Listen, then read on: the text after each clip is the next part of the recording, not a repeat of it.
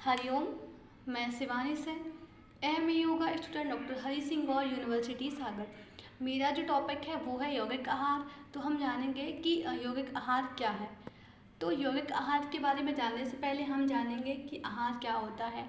तो आहार मानव के साथ साथ सभी प्राणियों के लिए बहुत ही आवश्यक है, क्योंकि आहार से ही हमें शक्ति और ऊर्जा प्राप्त होती है। अगर हम आहार की डेफिनेशन की बात करें तो भोजन के रूप में इंद्रियों द्वारा जो ग्रहण किया जाता है वह आहार कहलाता है। आहार के बारे में हमें योग के अनेक ग्रंथों में वर्णन मिलता है, क्योंकि जो योग मार्ग में साधक आगे बढ़ता है उसके लिए यह आवश्यक होता है कि वह ध्यान रखे कि उसे कैसा आहार लेना है और कैसा आहार नहीं लेना है। मन, बुद्धि और शरीर, यह तीनों आहार से ही उत्पन्न होते हैं, इसलिए अन्न शुद्धि और आहार शुद्धि आवश्यक मानी गई है। अगर हमारा जो अन्न है वह शुद्ध नहीं होगा तो इसके द्वारा जो हमारा शरीर और मन बना है वो भी शुद्ध नहीं होगा, और हम जैसा भोजन लेते हैं हमारा मन भी वैसा ही होता है। सांख्य दर्शन में बताया गया है कि प्रकृति में जितनी भी चीज़ें हैं वो 3 गुणों से उत्पन्न हुई हैं, सात्विक, राजसिक और तामसिक।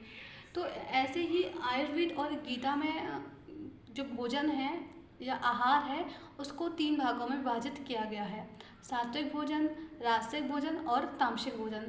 तो ऐसा भोजन जिसमें सत्वगुण की प्रधानता होती है वह सात्विक भोजन कहलाता है।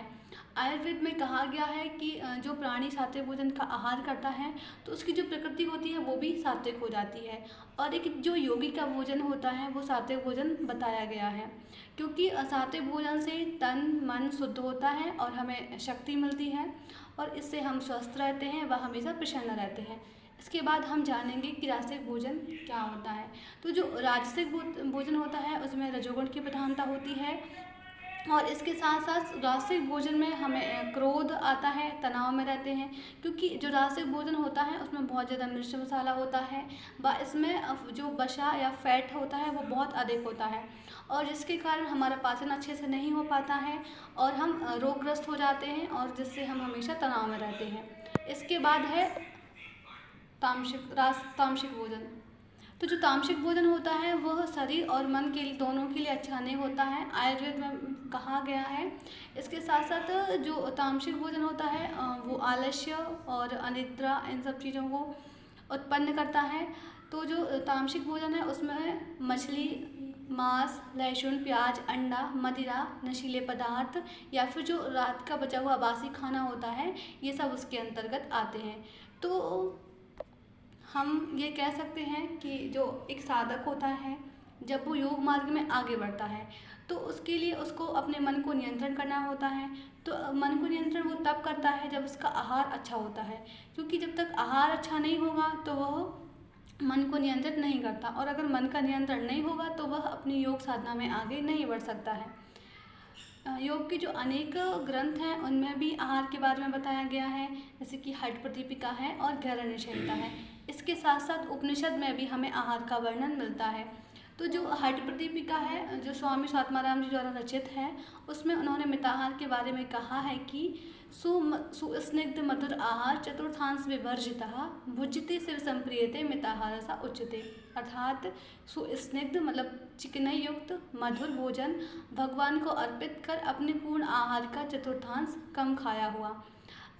इसी के साथ साथ जो महर्षि घैरण्य है वो घैरण्य संहिता में कहते हैं कि जो भोजन है वो पेट का आधा भाग अन्न से भरा हुआ हो और जो उसका तीसरा भाग है वो जल से भरा हुआ हो और चौथा भाग हमें खाली छोड़ना है, जिससे कि वहाँ पे वायु का चालन हो सके। इसके बाद हम पथ्य आहार के बारे में बात करेंगे। पथ्य आहार मतलब जो हितकर भोजन होता है। तो जो हठ प्रदीपिका और घैरण्य संहिता है उसमें हितकर भोजन को पथ्य आहार कहा गया है। तो पथ्य आहार के अंतर्गत आता है चावल, घी, दूध, मक्खन, मिश्री, सुंठ, परवल जैसे फल आदि, और इसके साथ साथ 5 प्रकार के साग बताए गए हैं जो हैं जीवंती, बथुआ, चोलाई, मेघनाथ, पुनर्नवा। इसके साथ साथ हम हरे चने का सेवन कर सकते हैं, वह वर्षा का जल भी पथ्याहार के अंतर्गत रखा गया है। और इसके बाद अपत्याहार है। तो अपत्याहार मतलब होता है अहितकर भोजन, जिनको हमें बिल्कुल नहीं करना चाहिए। तो अहितकर भोजन के अंतर्गत है करेला, कट और इमली, अम्ल, खट्टा, मिर्च, तीक्ष्ण, लवण और गुड़। उड़द और हरे साग, तिल का तेल, मदिरा, मांस, दही, मट्ठा, हींग तथा लहसुन। ये सब जो चीज़ें हैं वो अपत्याहार के भोजन अंतर्गत रखी गई हैं और एक योगी को इनका सेवन नहीं करना चाहिए क्योंकि ये उसके लिए अहितकर है। इसके बाद हम देखेंगे कि उपनिषद में भी भोजन के बारे में चर्चा मिलती है। तो जो छांदोग्य उपनिषद है उसमें कहा गया है कि जो आहार होता है वो 3 गति को प्राप्त होता है।